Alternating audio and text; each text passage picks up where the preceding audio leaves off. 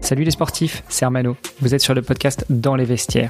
Dans les vestiaires, c'est le podcast qui vous en dit plus sur les mécanismes que mettent en place les grands noms du sport, les aventuriers, les explorateurs, les artistes pour financer leur carrière et vivre leurs rêves. Je voudrais commencer par des remerciements à toute la communauté qui interagit avec moi à chaque nouvelle publication d'épisode et qui rivalise d'idées pour avoir des invités. Juste avant de vous laisser écouter ma discussion avec un nouvel invité, comme à chaque ouverture de casier, j'ai un énorme service à vous demander. Ce podcast ne touche malheureusement que très peu de personnes à l'heure actuelle et j'en suis malheureux car j'y mets tout mon cœur à l'ouvrage. Je ne souhaite pas vivre de ce podcast et encore moins vous embêter avec de la publicité, mais plus je recevrai de sportives, de sportifs, d'artistes, d'aventuriers, d'explorateurs prestigieux et plus nous pourrons les aider grâce au projet que je suis en train de finaliser. Et pour ça, il va falloir que l'on enregistre des records d'audience. Alors une seule solution, il faut que le podcast soit connu et reconnu. Je compte donc sur vous pour aller dès maintenant sur Apple Podcast, laisser une note 5 étoiles et une revue, le faire aussi avec tous les comptes et tous les appareils des membres de votre famille et enfin inciter vos amis à nous écouter et à laisser des commentaires de folie. Allez, sur ce, assez discuté, je vous laisse écouter mon nouvel invité.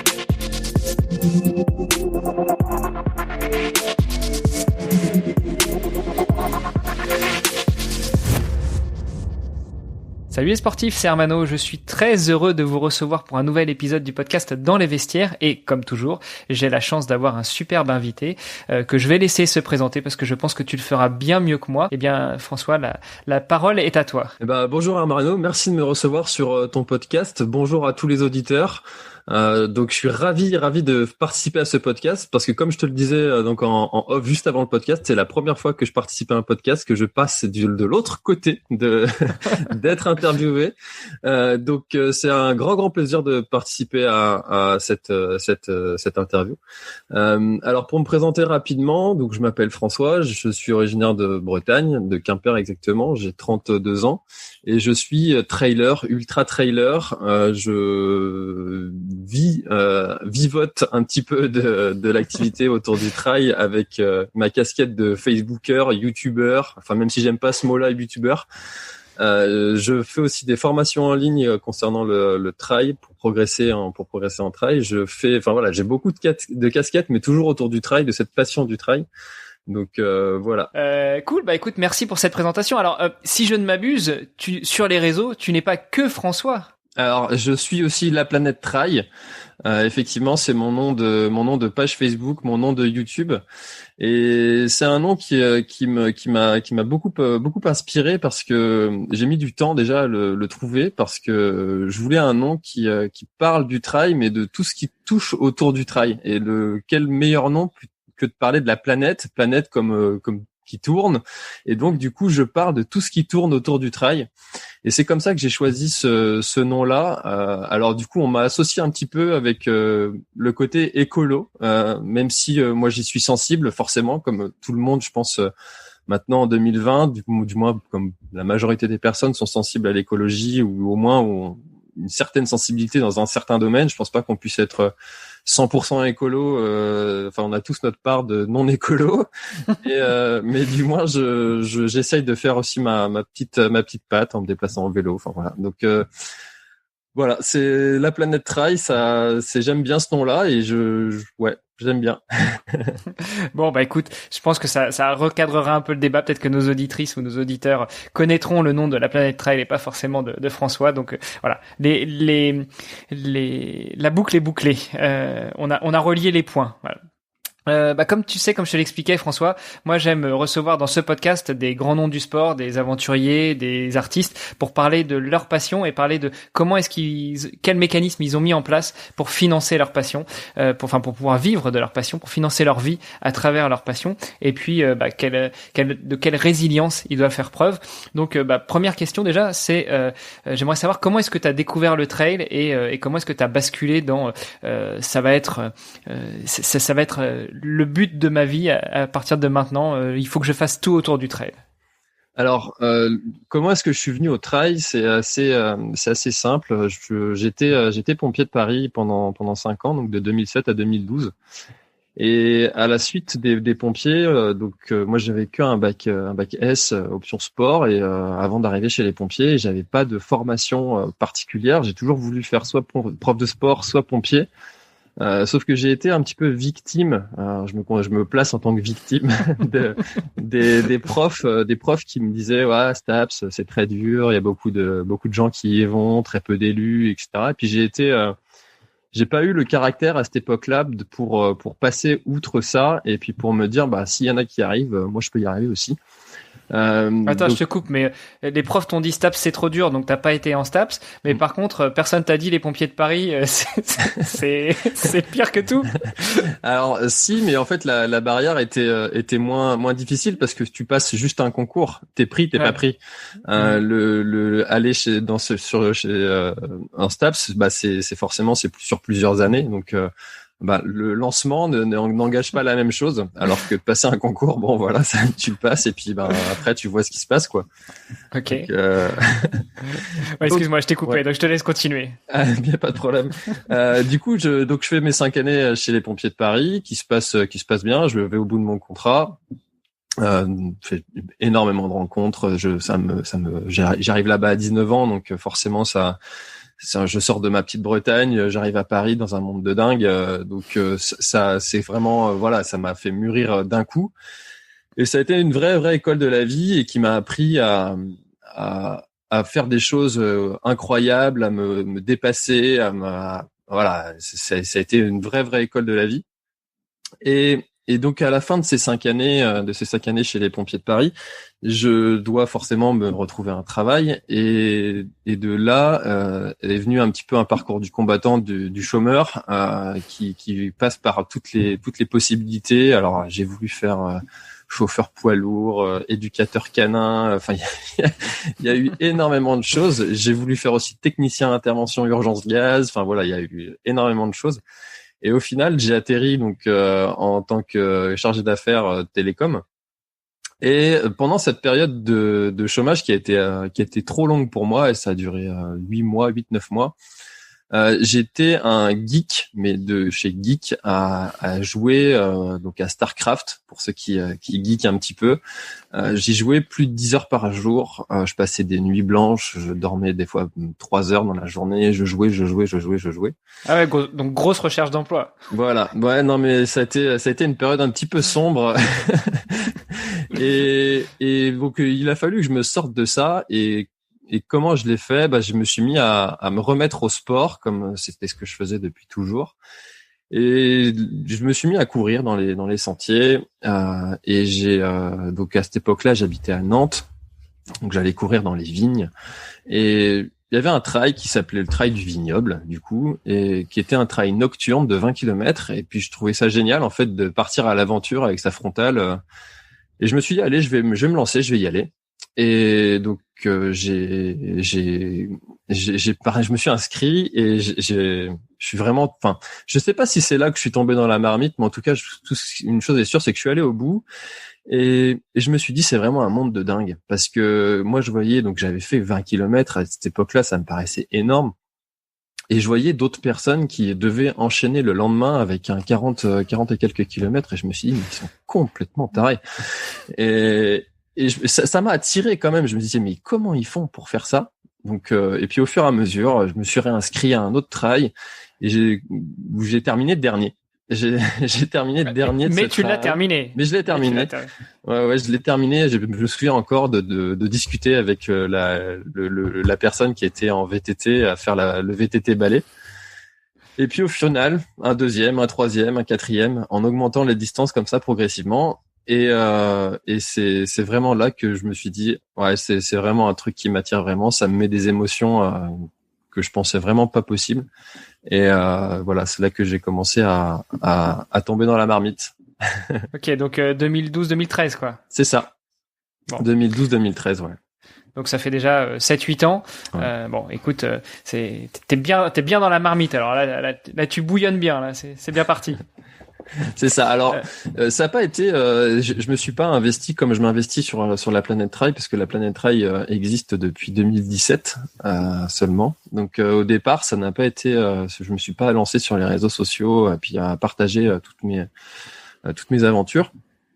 Donc au départ, ça a été des trails avec un ami. On était tous les deux à aller sur nos distances toujours plus longues. Et puis c'est qu'après qu'est venue la Planète Trail. Ouais.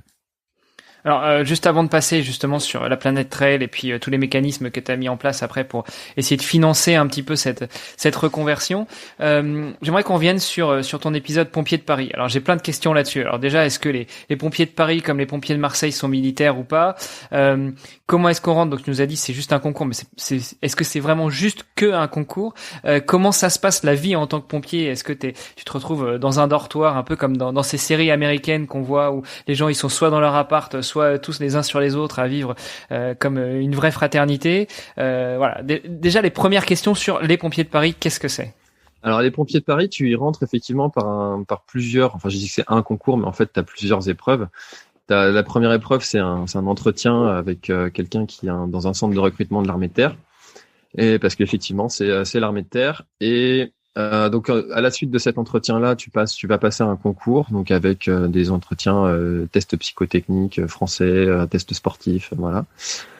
Alors ça a peut-être changé, parce que moi je l'ai passé en 2006 le concours, ouais. Donc bon, ça nous rajeunit pas tout ça. Les vieilles claques. Voilà, prends la gauche. Et donc à la suite de ça, donc à cette époque-là, il fallait attendre les résultats. Tu les avais pas tout de suite. On te disait voilà, t'as telle note. Enfin c'était un barème. Enfin t'avais état 1, 2 ou 3, je crois.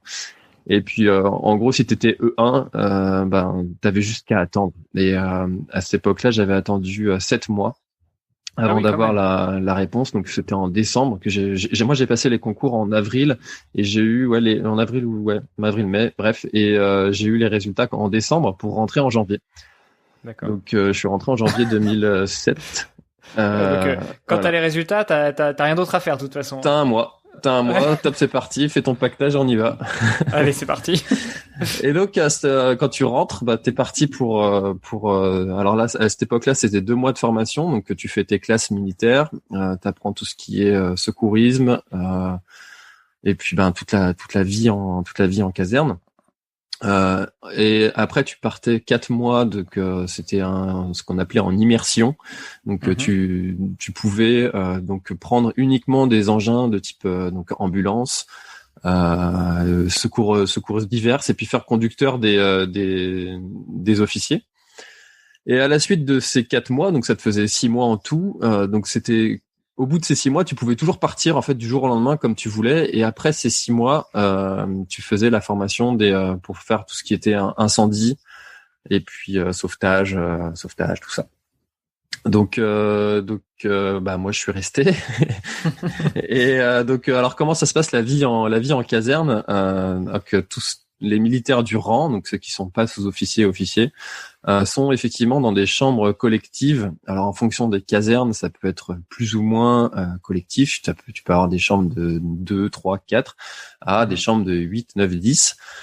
Et donc oui, c'est bien la vie en caserne, c'est de la vie en collectivité, et celui qui est pas prêt à vivre en collectivité comme ça, vaut mieux qu'il passe son chemin, parce que c'est vraiment quelque chose de fort. Mais par contre, ça crée des liens et des amitiés très très très rapidement, comme j'ai jamais connu ailleurs, parce que j'ai des amis qui sont encore de cette période-là, parce qu'on a vécu des choses qui sont extrêmement fortes ensemble, émotionnellement. On a vécu des choses fortes, et c'est des choses qui rapprochent en fait les gens de vivre ça. Et comme je dis, en fait, il y a des gens que j'ai pas vus depuis 5-6 ans, que je suis sûr que si je les revoyais demain, j'ai l'impression de pas les avoir vus le week-end dernier, parce qu'on a vécu ces choses-là ensemble. Ouais. Et alors, est-ce que quand t'es pompier de Paris, tu te spécialises? T'as une spécialité, je sais pas, plongeur, intervention sur le feu, intervention plutôt ambulancière, ou tu es polyvalent et tu dois pouvoir agir sur tout? Alors il y a plusieurs casquettes. Il y a les personnes on a tous dans la caserne, on a tous un rôle pour faire vivre la caserne, alors que ce soit ce qu'on appelle le casernement, donc réparer tous les petits trucs de la caserne, que ce soit la remise, donc l'entretien des engins. Enfin voilà, on a tous une petite casquette comme ça pour la vie de la caserne. Mais pour la vie des pompiers, il y a des spécialités effectivement. Alors on a des spécialités comme le grimpe, donc l'escalade. Il y a le groupe de recherche d'exploration profonde, donc typiquement d'aller dans les tunnels, sur des recherches qui sont très très lointaines, qui nécessitent des équipements très particuliers et des compétences aussi très particulières. Il y a les plongeurs, il y a les personnes qui sont aussi spécialisées dans la recherche bactériologique chimique, donc tout ce qui est, enfin pas recherche, tout ce qui est risque bactériologique chimique. Et moi, je me suis spécialisé chez les plongeurs. Enfin, du moins, j'ai essayé parce que, en fait, j'avais jamais fait de plongée de ma vie. Je faisais donc en tant que Breton, je faisais un petit peu de chasse sous-marine. Mais par contre, j'avais jamais plongé avec des bouteilles. Et donc, j'ai passé les entretiens, les tests, j'ai essayé, encore une fois, je me suis dit, allez, essaye, tente ta chance. Donc, on était, je sais pas combien à tenter notre chance. On était 12 à avoir été sélectionnés. Donc, j'ai été sélectionné pour faire ça. Donc c'est un stage qui dure 2 mois, qui est en novembre-décembre, et concrètement, donc on était 12 à commencer, on était 6 à terminer le stage. Ok. Et c'était les 2 mois les pires de ma vie. Et au final, il y en a 5 qui ont eu le stage, et je te laisse deviner qui c'est le 6e. Alors forcément, si te colle 2 mois de stage en plein hiver, j'imagine que vous plongiez à Paris ou aux alentours, forcément, ça doit aussi un petit peu te démotiver au bout d'un moment. Ah, c'était vraiment les 2 mois les pires de ma vie. Pour te donner une idée, en fait, on partait le matin dans un bâcher, donc un camion avec une bâche, et puis on partait plonger dans les lacs, effectivement, autour de Paris. Donc on faisait une plongée le matin, on mangeait le midi dans le bâcher. Donc on avait une table dans le bâcher et on laissait sécher en fait les combinaisons au bâcher, on les accrochait comme on pouvait et on retournait en fait l'après-midi plonger, sauf qu'entre-temps les combinaisons avaient gelé. Donc tu devais remettre ta combinaison qui était toute dure, toute gelée. Et c'est extrêmement difficile. J'imagine. Donc toi, t'as pas eu le stage. Enfin, à l'issue du stage, t'as pas été sélectionné. Donc du coup, tu t'es spécialisé dans quel domaine? Alors, donc effectivement, j'ai pas eu le stage parce que j'ai pété les plombs en fait pendant un des exercices. Et ça en fait, mentalement, j'ai failli à ma mission. Et on n'a pas le droit à l'erreur dans ces conditions-là, ça se comprend. Forcément, si tu dois le faire en vrai, tu dois être quelqu'un de solide qui lâche jamais rien. Donc ça a été, je dis que ça a été les 2 mois les pires de ma vie, mais en même temps, ça a été vraiment une expérience encore très très enrichissante et qui m'a beaucoup aidé pour la suite. Et même pour mes trails, mes ultra trails, c'est quelque chose qui est quand même très qui fait partie de ma vie. Alors à la suite de ça, en fait, il y a un contrat avec les pompiers, c'est que si tu réussis un stage comme ça, c'est que tu dois 3 ans au moins aux pompiers. Donc moi j'étais à 4 ans de contrat. Donc si j'avais eu le stage, j'aurais dû re-signer, donc prolonger mon contrat. Et comme j'ai pas eu le stage, j'ai terminé mon année et puis après je suis retourné en fait dans ma caserne d'origine et j'ai continué à faire les interventions classiques, donc incendie, secourisme, etc. Ok. Et après je suis parti. Oui, donc vous êtes quand même polyvalent au niveau incendie, secourisme et autres. Ça, c'est pas une spécialité. Vous êtes tous obligés de le faire et vous intervenez tous sur tout type d'intervention du quotidien. Difficile de parler aujourd'hui, du quotidien. Voilà. Merci. Et pourquoi être parti après 5 ans? Est-ce que t'avais plus la fibre, t'avais plus l'envie, ou c'est un contrat de 5 ans, point terminé? Alors, les pompiers de Paris, c'est pompiers, c'était moi ce que je voulais faire depuis tout petit, comme un rêve de gosse, comme beaucoup d'enfants. Mais il y avait cet aspect militaire qui ne me correspond pas, et ça plus je grandis et plus je vieillis et plus je me rends compte que j'ai besoin. Plus tu deviens sage. Plus je deviens sage. Plus je gagne en sagesse. C'est ça. Et plus je me rends compte que j'ai besoin de cette autonomie, cette liberté, en fait j'ai envie de choisir mes problèmes et de pas résoudre ceux des autres. Et de gagner vraiment en autonomie et je supporte très très mal la contrainte en fait, et voilà pourquoi je suis parti, et parce que il y avait des choses qu'on m'a fait faire, que j'étais obligé de faire, que je trouvais tellement absurde que au bout d'un moment tu dis stop et puis tu tournes la page quoi. Alors moi je rebondis quand même sur ce que tu disais. Tu dis que plus tu gagnes en sagesse, moins tu as envie de résoudre les problèmes des autres et plutôt de résoudre les tiens. Oui et non, parce qu'avec la Planète Trail, tu accompagnes des trailers, tu fais du coaching, donc là tu résous quand même le problème des autres. Alors oui, c'est vrai. On va trouver un pitch pour ton business. C'est vrai, mais la différence c'est que ça c'est moi qui l'ai choisi de résoudre ce type de problème-là. Et ce type de problème-là, c'est vraiment de choisir en fait de résoudre ce problème qu'ont les gens. C'est un problème très spécifique. Tu vas pas. Et puis en plus, il y a quelque chose qui est incroyable dans cette fonction-là, c'est que si jamais moi, de mon côté, je ne matche pas avec quelqu'un et que je sens que je ne vais pas pouvoir l'aider ou répondre à ses besoins et que je suis pas la meilleure personne pour l'aider, eh ben je me permets de dire non, ça va pas le faire. Je me sens pas en compétence de t'aider. Je suis pas la meilleure personne pour t'aider. Je te recommande d'aller voir plutôt telle ou telle personne et j'ai aucun problème avec ça, même si du coup je gagne moins d'argent, mais au moins j'ai cette liberté là en fait de pouvoir choisir les gens avec qui je travaille. Ouais, au moins tu es en accord avec tes principes et avec tes valeurs.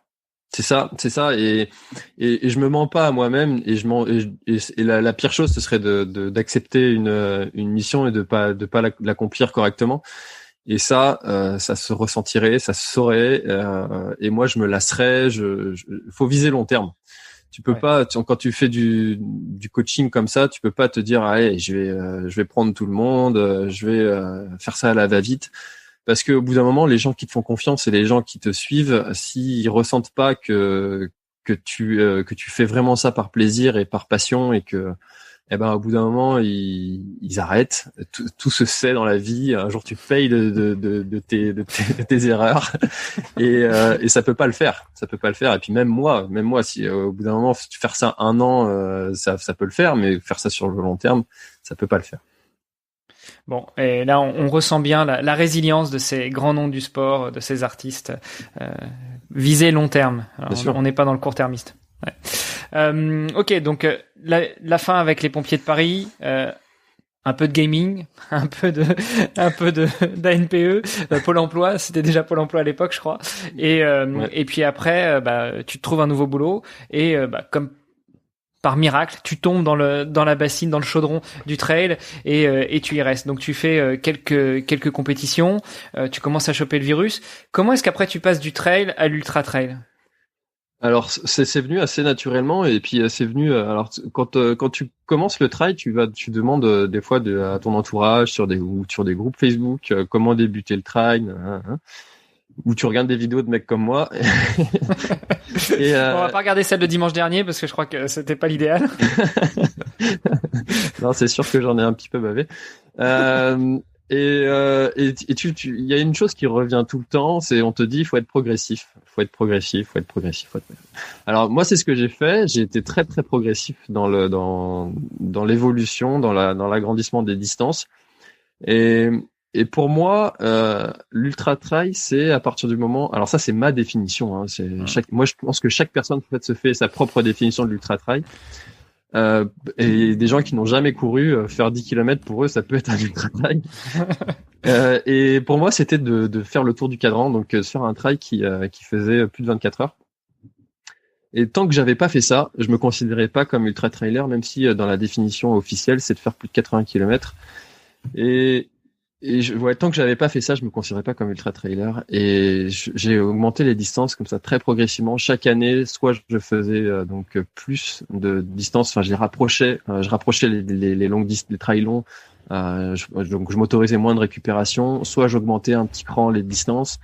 Et j'ai été très progressif comme ça en montant 50, 60, 80, 100 et je pourrais aller jusqu'à 140. Et donc c'est comme ça que je suis arrivé jusqu'à l'ultra trail. Ça s'est fait sur 5 ans. Oui, donc dans la progressivité. Mais pourtant il y a des gens qui vont pouvoir s'inscrire à un ultra trail au bout d'1 an et ça va très très bien le faire pour eux. Et c'est pour ça que chaque personne parce que il y a aussi toute l'histoire en fait qui va derrière les personnes et la personne qui est sédentaire, qui travaille assise toute la journée et qui n'a jamais fait de sport de sa vie, qui à 40 ans se dit je veux faire un ultra trail, bah forcément elle va pas passer par le même chemin que la personne qui a toujours fait du sport, alors quel que soit le sport, qui s'est toujours bougé, qui a un travail qui est physique. Donc forcément ces deux personnes-là vont s'ils veulent toutes les deux se mettre en même temps au trail et faire un ultra trail, bah forcément le chemin va pas être le même. Et ça, c'est l'individualisation qui permet ça, et les conseils individualisés qui on a tous notre histoire, et c'est ça qui est passionnant dans l'accomplissement de ces objectifs-là. Alors c'est ça qui est impressionnant, c'est que t'as pris l'exemple de quelqu'un qui est sédentaire, qui est toujours resté dans son canapé, et puis à 40 ans il se décide de faire un ultra trail. Bon, peut-être qu'il s'inscrira du jour au lendemain, peut-être qu'il prendra le départ et fera les premiers kilomètres, et qu'après il va en chier, pour parler crûment, mais à mettre en parallèle avec quelqu'un qui a toujours fait du sport toute sa vie et puis qui va pouvoir à mon avis s'en sortir un peu mieux. Toi, t'avais fait du sport déjà toute ta première partie de vie, et t'as quand même observé une progression assez tranquille, assez linéaire sur 5 ans, et tu t'es pas jeté dans l'ultra trail du jour au lendemain. Ouais, alors les sports que je faisais, je courais pas énormément. Alors je faisais des footings, voilà, je courais un petit peu quand même, mais je courais pas énormément. Je faisais beaucoup plus de renforcement musculaire. J'étais à fond sur la méthode Lafay. Pour ceux qui connaissent, je suivais ces programmes de renforcement musculaire de façon très très très très spécifique et très régulière, et vraiment très carrée. Et j'étais pas vraiment dans la course à pied, du moins toute la période voilà, jusqu'à arriver au trail. Même avant les pompiers, quand je faisais du foot, mais j'étais gardien. J'ai fait du tennis de table aussi pendant 5 ans, donc c'est pas non plus le sport où tu cours beaucoup. Enfin voilà, donc puis c'est l'explosif. Voilà, en plus j'étais plutôt voilà, et même quand je suis passé sur le terrain au foot, j'étais attaquant. Et c'était les petits clubs, tu sais, où t'as l'ancien derrière qui tape le ballon et puis qui dit aux jeunes devant, vas-y, cours mon grand. Allez, cours, va le mettre dans la cage. Voilà. Et puis j'étais ce gars-là qui courait vite, mais par contre sur tout un match entier, je tenais pas. Donc j'avais vraiment pas d'endurance, et c'est pour ça que, en plus, je suis asthmatique. Donc je suis asthmatique léger. Donc j'ai dû composer avec ça. Alors ça va beaucoup mieux du coup, l'asthme, grâce à la course à pied notamment, mais j'ai dû composer avec ça, ouais. Ouais, dans un épisode du podcast de Nakan, on recevait Greg Runner, je suppose que tu connais dans le trail et l'ultra trail, et effectivement il nous disait que la définition de l'ultra trail est propre à chacun. Je rebondis un peu sur ce que tu disais, mais lui il considère parfois qu'un ultra trail commence à 50 bornes, 60 bornes, parce que ce n'est pas que la durée ou que la distance, c'est aussi toutes les conditions qui vont avec. C'est sûr que 50 bornes où tu te tapes un 10 000 de D+, ça va pas être la même chose qu'un 50 bornes tout plat. Ah bah c'est sûr, ça c'est évident. Et puis on doit composer justement avec le terrain, les conditions météo, notre forme du moment. Enfin voilà, il y a énormément de paramètres à prendre en compte. Et tant qu'on n'a pas fait, on sait pas en fait quelles vont être ses propres contraintes.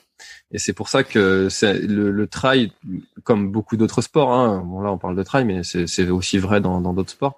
C'est vraiment de l'apprentissage par l'échec, et tant que tu échoues, tu vas prendre tes erreurs, mais il y a beaucoup trop de gens qui n'osent pas aller se confronter justement à se mettre un petit peu en danger, et puis à aller potentiellement échouer, parce que pour tout un tas de raisons, peur du regard de l'autre, du jugement, de se décevoir soi-même, et ça, je trouve ça vraiment extrêmement dommage. Donc moi j'incite tous tes auditeurs à se lancer dans les défis qu'ils ont vraiment envie de faire, et puis à y aller, quoi, tout simplement. Bah écoute, le message de sagesse qu'on aurait presque pu mettre en conclusion de l'épisode. On va le redire à la fin, si tu veux. On le redira à la fin. Ou peut-être que t'auras d'autres idées. Ok, donc là on a fait un bon tour d'horizon déjà sur toi, qui tu es, comment t'as découvert le sport. C'est vrai moi je voulais t'inviter pour parler de cette facette de toi qui vit ou qui va vivre du trail et de l'ultra trail. Donc on va revenir un petit peu plus sur cette partie-là, même si on peut pas te classifier dans les sportifs de haut niveau, hein. J'en ai eu quelques-uns, j'ai eu aussi des artistes, donc voilà, j'étends mon panel d'invités. Pour revenir sur toi justement et sur sur le trail, comment est-ce que tu envisages la suite de ta vie avec le trail, autour du trail? Comment est-ce que tu finances ta vie là-dessus? Est-ce que tu peux nous donner quelques-uns de tes conseils? Comment est-ce que tu fais pour vivre du trail? Alors, déjà, je pense que c'est intéressant de revenir à l'origine et de voir comment est-ce que j'ai découvert qu'on pouvait vivre ou du moins gagner de l'argent via Internet. Je sais pas trop comment ça se fait, mais sur YouTube, via les recommandations, je suis tombé un jour sur les vidéos d'Olivier Roland, qui dit que, enfin, lui, son credo, c'est de vivre de son blog. Mhm. Alors, j'ai découvert ce monde-là. Sous ses formations, voilà. J'ai découvert ce monde-là, du coup, il y a 3 ans. Et pourquoi est-ce que je suis tombé là-dedans? Parce que, en fait, il y a 3 ans, donc j'ai eu mon petit garçon. Et quand ma femme a dû reprendre le boulot, ça a été un très grand déchirement en fait pour elle de devoir le laisser à 1 mois et demi à une nounou, même si c'était une nounou qui était formidable. Et là je me suis dit en fait il y a quelque chose qui est pas normal en fait. Enfin c'est étonnant de quelle autre civilisation aussi développée soit-elle laisse ses enfants d'1 mois et demi à d'autres personnes qu'il ne connaît pas. Donc moi, j'ai eu beaucoup de mal à ce moment-là. Et je me suis dit, le modèle actuel dans lequel je suis de travail, avec des horaires de bureau, ça peut pas le faire. Ça peut pas le faire sur le long terme. En tant que salarié, hein. Voilà, de salarié. Et j'ai envie de faire autre chose, de pouvoir vivre autrement. Et c'est de là que je me suis intéressé à tout ce milieu de vivre sur Internet. Quand on tombe là dans ce monde-là, on est tout de suite mis face à toutes les personnes qui te promettent monts et merveilles en travaillant une demi-heure par demi-journée. Ah bah oui, la semaine de 4 heures, voilà. Le week-end de 7 jours. C'est ça. Donc je suis tombé j'ai lu tout ça. J'ai lu tous ces livres de développement personnel, tous ces livres de business que tout le monde recommande, qui ont été donc Père riche, Père pauvre. Enfin, j'ai lu tout ça. Et ça a été quand même quelque chose de formateur pour moi parce que ça m'a prouvé quand même que même si je l'avais déjà un petit peu compris et intériorisé, que j'étais fait pour être entrepreneur et vivre de comme je l'entends. Donc depuis un chemin, parce que là aujourd'hui je le dis comme ça, mais c'est pas venu du jour au lendemain. Et au départ, je me suis dit il y a moyen de gagner un petit peu d'argent sur Internet. Le trail, ça coûte cher. Enfin, ça coûte cher. C'est pas non plus un des sports qui coûte le plus cher, mais c'est quand même un billet pour une famille. Surtout si, comme moi, tu veux faire beaucoup de trail dans l'année, c'est quand même un budget. Surtout si tu habites en Bretagne. Voilà, il y a pas beaucoup de montagnes en Bretagne, donc j'imagine que les trails c'est compliqué. Il y a pas beaucoup de montagnes, mais par contre, on peut faire en restant en Bretagne, on peut faire un trail tous les week-ends. C'est une terre de trail la Bretagne. Et alors même si il y a pas de très très grands noms, très grands ultra trail ou trail qui sont très connus dans le monde et qui sont en Bretagne, mais on a quand même beaucoup de trail. Et je me suis dit, j'ai pas envie de faire subir ça à ma famille. C'est un peu mon problème de vouloir faire toutes ces aventures. Donc j'ai envie de gagner de l'argent et que cet argent serve à me payer mon matériel, à payer mes voyages, à me payer tout ça. Donc c'est un petit peu comme ça que j'ai commencé à rentrer dans ce monde de financer en fait cette passion. Ok, donc à la base c'est financer une passion, oui. Et puis là depuis quelques mois, quelques années, ça va plutôt être financer ta passion et financer ta vie en fait. C'est ça. Alors, financer sa passion, finalement, on peut penser que c'est compliqué. Non, en fait, le mec est un salaud, il vit au crochet de sa femme. Je couperai au montage, c'était juste pour la remarquer.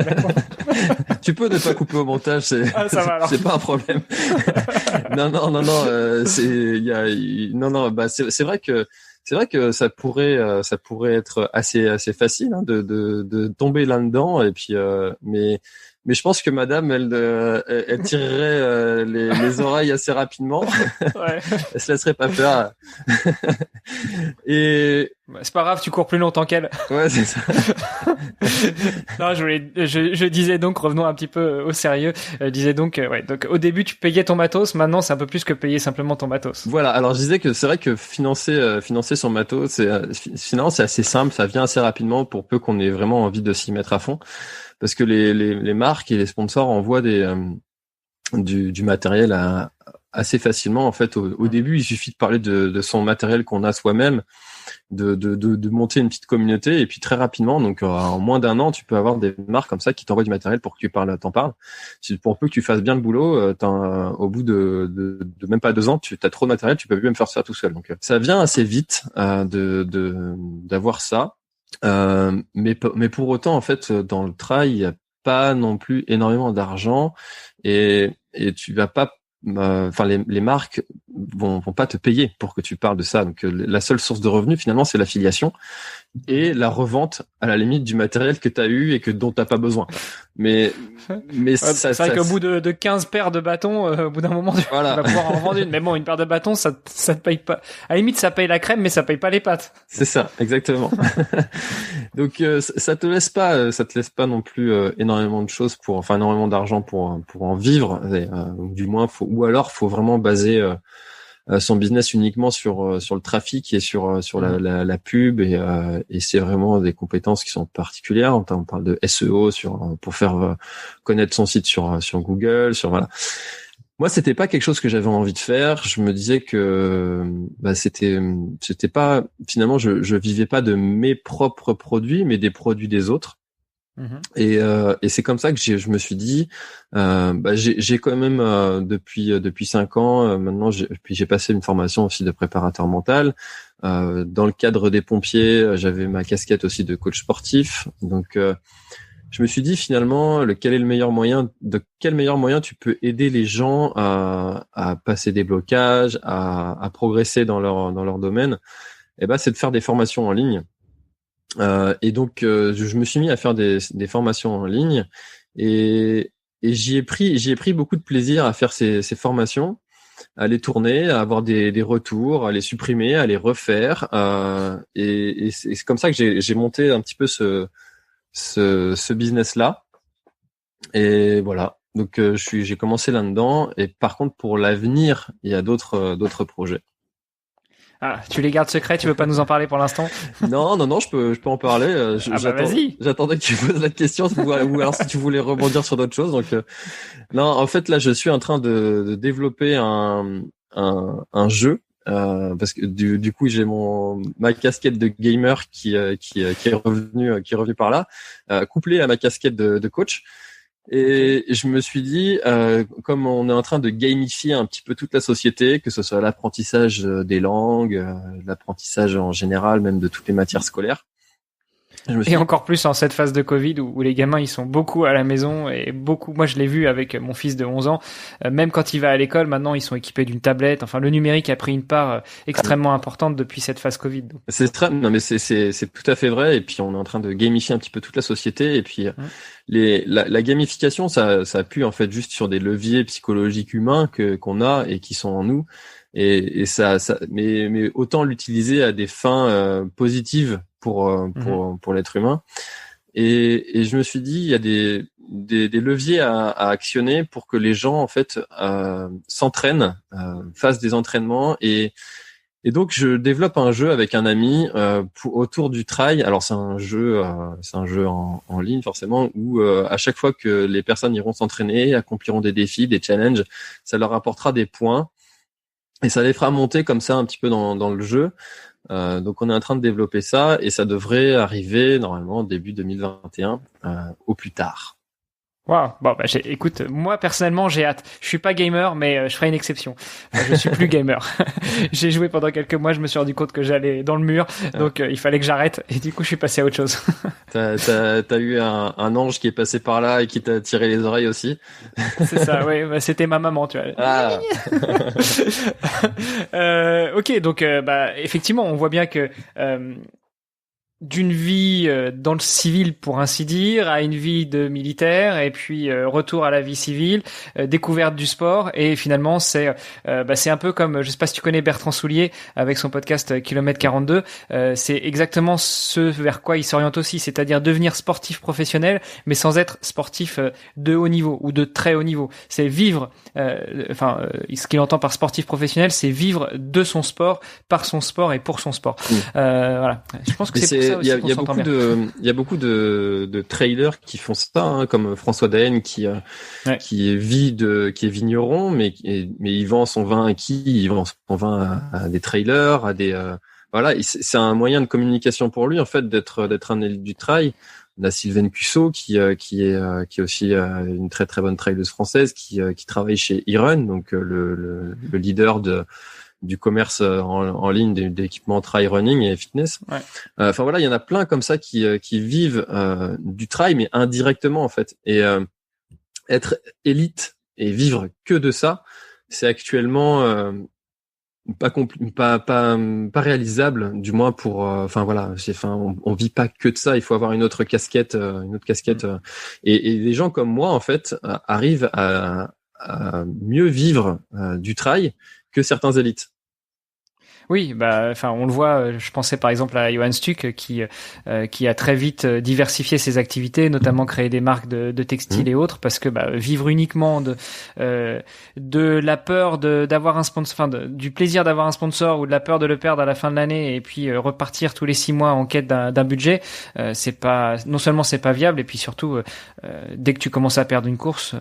Ça se comprend, les sponsors sont plus forcément aussi intéressés qu'ils l'étaient avant et de toute façon, comme tu le disais, c'est une vision qu'il faut avoir à long terme. Je pense que être trailer élite ou même être sportif d'endurance élite, ça va bien pendant quelques années, mais passer 45-50 ans, ça commence à devenir un peu plus difficile.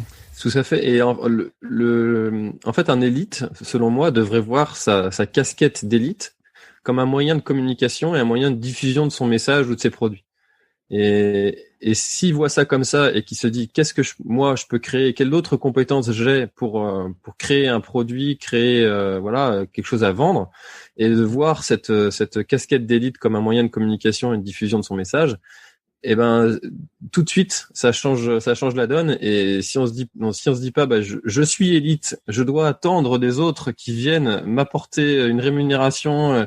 En fait, d'être acteur de ça et de créer des choses et de les vendre, ça change un petit peu toute la façon de penser, plutôt que d'attendre en fait que ça vienne des autres et du coup d'être dépendant des autres. Et si on est dépendant d'une seule ou deux personnes et que cette personne-là décide du jour au lendemain de plus nous suivre, tout de suite on est dans la mouise. Alors que si on a nous ses propres produits et que finalement être élite, c'est un canal de communication, et des canaux de communication, il y en a d'autres. Et puis une communauté, même si on est blessé, elle nous abandonne pas du jour au lendemain comme ça.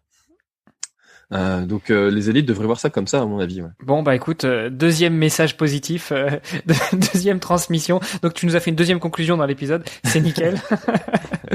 En tout cas j'aime bien cet épisode qu'on a fait complètement à l'envers sur les sportifs de haut niveau, sur les sportifs élites que j'ai déjà eu. Effectivement, ce sont des gens qui ont aussi cette clairvoyance, cet état d'esprit de dire ok, je suis sportif, je vis pour et par mon sport, mais pendant que j'y suis, j'utilise la notoriété que j'ai acquise pour me lancer dans autre chose ou pour projeter autre chose plus tard.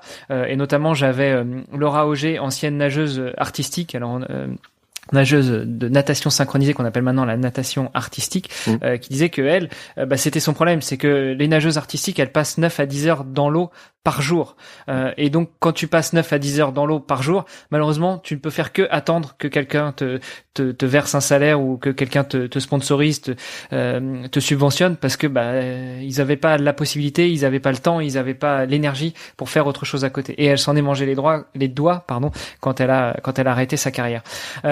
Et donc, j'aime bien ce changement de vue, ce changement d'angle sur cet épisode, puisqu'on n'est pas parti d'un sportif élite qui qui pense à la reconversion. On est plutôt passé de quelqu'un qui est dans le civil et qui se reconvertit dans le sport. Donc merci pour ça, merci pour cette fraîcheur, merci pour ce nouvel angle que t'apportes à ce podcast. Je savais qu'on ferait un superbe épisode. Avec plaisir. Je vais pas te prendre trop de temps, puis le temps file. Par contre, il y a un exercice que j'aime bien sur mon podcast, c'est poser quelques questions rapides à mon invité. Questions rapides, oui, toi tu peux répondre comme tu veux, tac au tac, ou alors prendre le temps pour répondre. Est-ce que tu veux bien te plier à l'exercice? Eh ben allons-y. Allez. Alors je précise quand même pour les auditeurs que j'ai pas eu les questions avant, hein, parce que moi on pourrait penser que j'ai eu les questions avant et que je les ai préparées, mais il y a rien qui est préparé. Ouais. Alors allons-y. Je tiens à le préciser, c'est aussi ma marque de fabrique, c'est que non seulement je ne prépare rien avant les épisodes parce que je me mets justement dans l'état d'esprit de l'auditeur qui ne connaît pas mes invités et je veux que ce soit presque la même chose, même si par la force des choses, des gens que j'invite, je me suis quand même renseigné un peu sur, mais je ne prépare pas l'épisode et je ne prépare pas les questions et je ne t'envoie pas les questions non plus parce que je veux que ce soit spontané. Écoute, première question toute simple. Si tu pouvais te transformer en un tout petit François et te parler à l'oreille du François de 18-19 ans avant que tu te poses la question d'intégrer les pompiers de Paris, qu'est-ce que tu te dirais? N'écoute pas les gens, ose. Génial, ouais. Génial. Et puis le corollaire à cette question, c'est si tu pouvais te transformer en un petit peu plus grand, François, parce que tu étais déjà un peu plus grand, mais quand tu sors des pompiers de Paris, quand tu découvres le trail, tu sais pas encore que tu vas te lancer là-dedans, mais tu sais que t'as chopé le virus, t'as chopé un truc, ça t'excite de te rendre sur le départ d'une course de trail. Qu'est-ce que tu te dirais? Alors je me dirais voie long terme, parce que ce que j'ai dit tout à l'heure, qu'il fallait voir long terme, c'est pas quelque chose que j'ai appliqué, que j'ai toujours appliqué. J'ai eu une période où j'ai eu ce qu'on appelle le syndrome de l'objet qui brille. Dès que je voyais quelque chose qui brillait, hop, j'y allais et puis je papillonnais un petit peu comme ça dans plusieurs projets. Et là, je me dirais, vois long terme, qu'est-ce que tu peux faire, qu'est-ce que tu te vois faire sur le long terme, et fais-le chaque jour. C'est ça, c'est ta casquette de préparateur mental qui parle, non? Peut-être, ouais, oui, ça en fait partie, et puis ça fait partie aussi de mon histoire, de pouvoir, parce qu'en fait, voilà, tout ce que je fais, je suis un peu un extraterrestre dans ma famille, c'est que le côté entrepreneur, le côté sportif, enfin voilà, c'est pas quelque chose que j'ai hérité, donc c'est quelque chose que j'ai construit moi-même avec mon histoire, et puis oui, forcément, oui, la casquette de préparateur mental, et puis aussi de personnes qui s'intéressent beaucoup aux gens. J'ai toujours eu cette, tu sais, en soirée, il y a plusieurs profils. Il y a des gens qui rentrent dans la pièce, tu les remarques tout de suite. Voilà, il y a celui que tu vois pas jamais et que tu t'en souviendras jamais. Et moi, je suis celui qui reste dans un coin et qui observe les gens et qui écoute et qui et voilà et ça j'ai toujours été comme ça. Je suis pas, même si j'ai ma casquette de youtubeur où voilà, je me filme, il y a un petit peu d'ego qui se met là-dedans. En soirée, en réalité, je suis pas comme ça en fait à me mettre en avant. Et donc à force d'écouter les gens, d'essayer de les comprendre, et puis du coup d'appliquer en fait les erreurs des autres pour moi, c'est un petit peu tout ça en fait qui a fait que j'en viens à dire ce que je dis aujourd'hui, et puis peut-être que dans 10 ans je dirai complètement l'inverse, je sais pas. Bon, va falloir vraiment que je vienne te voir, hein. Peut-être en courant ou autre, mais va falloir qu'on se rencontre. Je pense qu'on a beaucoup d'atomes crochus. Moi aussi, j'adore me mettre en soirée, regarder les gens, observer. Ouais. Alors des fois, j'en rigole aussi. Tu sais, c'est marrant quand essayes de faire du doublage son. Oui. Tu vois deux personnes qui discutent et puis tu entends pas ce qu'ils disent, mais tu t'amuses à faire ça. Enfin voilà. Ça aussi, ouais. Bon bah écoute, c'est cool. Autre question. Qu'est-ce que c'est pour toi un bon sportif? Ah, c'est intéressant. Ou une bonne sportive. Je suis plutôt sur l'inclusion homme-femme. Voilà. Oui, on va pas commencer à faire des débats. Pas de quota, machin. Non, bien sûr. Qu'est-ce que c'est un bon sportif? C'est intéressant comme question. Alors pour moi, ce serait un sportif qui se donne les moyens d'aller là où il a envie. Parce que un sportif qui est élite, il a choisi d'être élite, mais un sportif qui est juste là pour se faire plaisir, il l'a aussi choisi. À mon avis, il y a toujours cette chose que les gens se disent, ah oui, il est élite, mais en même temps il a la génétique pour lui. Moi je crois je crois en ça. C'est vrai qu'il y a une part, hein, forcément, de génétique, mais il y a aussi une très très grosse part de travail et de discipline et pendant que les autres sont en soirée, lui il est soit en train de dormir, soit en train de s'entraîner. Et un bon sportif, c'est quelqu'un qui vivrait comme ça à fond, comme il a envie de le vivre en fait, je pense. Bon, c'est un petit peu perché ce que je raconte, mais ah, moi ça me parle, ça me va. Écoute, j'avais encore jamais posé cette question-là à mes invités, mais je pense que je vais la garder et je pense que j'aurai des perles. Ouais, difficile.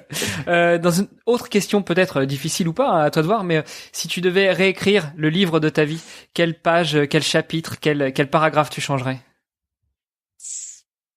Je dirais le collège. Le collège. Ouais, je dirais le collège. Le collège, ça a été une période un petit peu douloureuse pour moi, cette période de l'enfance. Ouais, je dirais le collège parce que ça m'a pas solidifié pour autre chose. Enfin voilà, j'ai pas. Enfin, il y a des périodes de la vie comme ça qui sont dures, comme je t'ai raconté tout à l'heure au niveau par exemple, quand j'ai fait les plongeurs à Paris. Mais ça a été dur, mais j'en ai retiré quelque chose. Alors que là, j'ai pas l'impression d'en avoir retiré quelque chose. Alors c'est peut-être inconscient ou quoi, mais ça a été une période difficile de ma vie et j'ai pas l'impression d'en avoir retiré quelque chose. Je pense que j'en suis sorti de cette période difficile grâce au lycée et grâce à des rencontres merveilleuses que j'ai fait pendant le lycée. Donc ce serait ça, ouais, ce serait le collège. Un paragraphe en moins dans ton livre alors. Voilà. Et le livre qui est à peine écrit, parce que on l'aura bien compris, tu t'engages dans un changement de vie, donc tu vas encore écrire plein d'autres paragraphes. Oui, et je suis même en train d'écrire un vrai livre qui s'appellera Deviens Ultra Trailer. Et je l'ai beaucoup écrit pendant cet été, pendant mes vacances. J'ai bien avancé dessus depuis depuis début septembre. J'ai un petit peu mis ça en stand-by, mais j'espère pouvoir le sortir en 2021 si j'arrive à me discipliner et puis à l'écrire chaque jour un petit peu. Alors écoute, moi j'ai un conseil à te donner.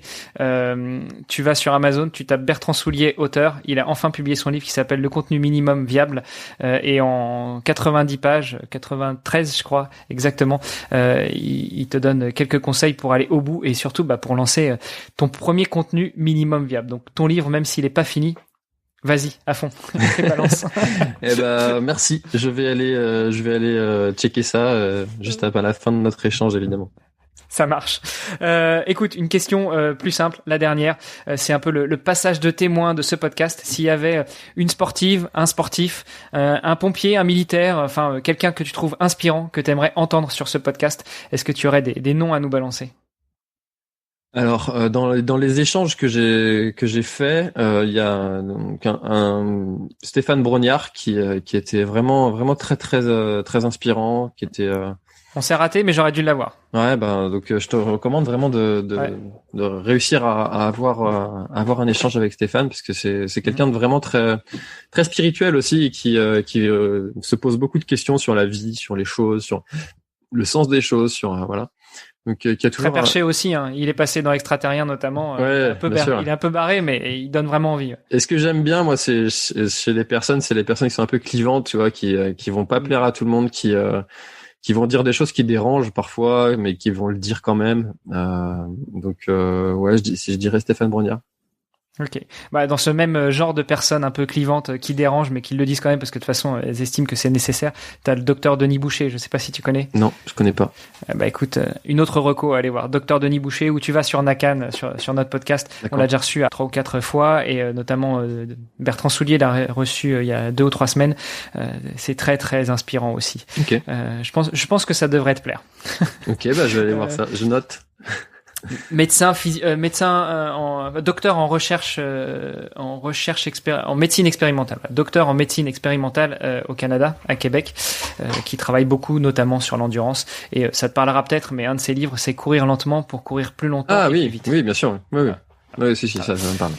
Ça te parle. Voilà. Bon, bah écoute, il est à écouter. Il est pas uniquement à lire, il est aussi à écouter parce qu'il est juste exceptionnel. D'accord. François, merci beaucoup pour ton temps, pour ce partage, pour tous ces échanges qu'on a pu avoir. Est-ce qu'il y avait quelque chose que tu penses absolument nécessaire de rajouter pour conclure? Parce qu'on a fait 2 conclusions pendant le podcast. Il faut bien que t'en trouves une 3e. Non, alors j'ai pas d'autres conclusions que celles que j'ai faites, si ce n'est de te remercier de m'avoir invité, Armano. C'était vraiment très très agréable cet échange. L'exercice est sympa. Merci pour ton boulot, parce que je sais pour aussi le faire un petit peu que ça demande énormément de temps. Je ne sais pas si les auditeurs s'en rendent compte, mais en même temps, comme je dis, ils n'ont pas besoin de s'en rendre compte. Ils ont d'autres problèmes à gérer. Donc merci à toi de recevoir toutes ces invités, de donner du temps, de faire ça avec beaucoup de bienveillance et d'empathie, et voilà, donc de le faire correctement comme tu le fais. Donc merci pour ton travail. C'est tout. Ce sera ma conclusion. Bah, voilà. Alors les auditeurs le voient pas, mais je suis en train de devenir tout rouge. Je suis plutôt pâle par rapport à toi dans notre conférence vidéo, mais voilà, je deviens tout rouge. Bah écoute, merci encore. Allez, juste avant de te laisser partir, il faut quand même que tu nous dises où est-ce qu'on te retrouve. Alors j'imagine la Planète Trail sur tous les réseaux, mais plus spécifiquement un site, une chaîne YouTube, Instagram, Facebook, Twitter, LinkedIn.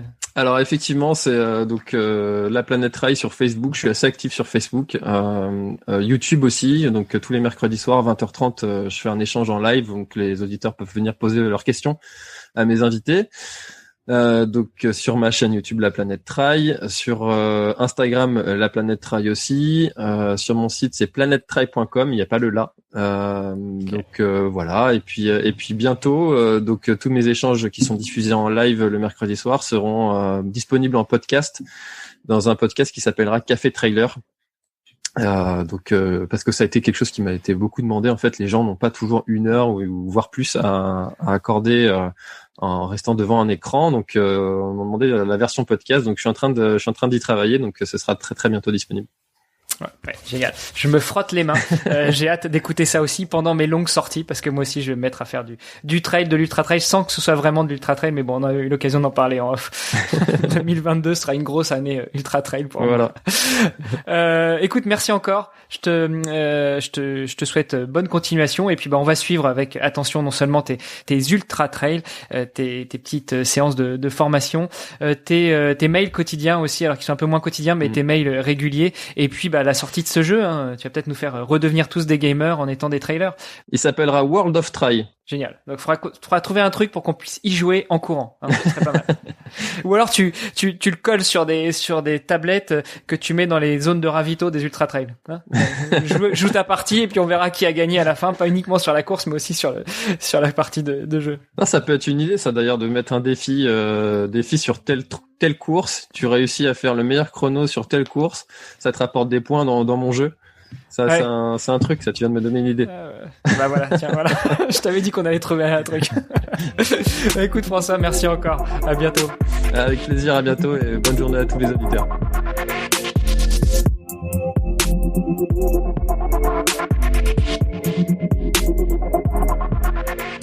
Vous êtes encore là, alors c'est que vous avez apprécié cet épisode, et je vous en remercie infiniment. Dites-moi ce que vous en avez pensé en commentaire de l'article sur vestiaire.org, ou avec une revue sur Apple Podcast, ou un commentaire sur les réseaux sociaux. Je vous mets tous les liens pour pouvoir contacter mon invité dans les notes de cet épisode. N'hésitez pas à lui faire un petit coucou de ma part, je suis sûr que ça lui fera très plaisir et ça l'encouragera dans tous ses projets. Allez, sur ce, je vous embrasse et je vous dis à la semaine prochaine. Salut les sportifs. Ok, attends juste 2 secondes, je couperai ça au montage. J'ai ma femme qui vient pour me demander de signer des papiers. Bonjour madame. Mon invité te salue, François te salue. Désolé. Ah bah y a pas de problème, c'est les aléas du direct. C'est ça, c'est le problème d'être en télétravail. Au bout d'un moment, tu fais péter les frontières entre boulot, maison, famille et tout. Bon, donc reprenons, je couperai tout ça au montage.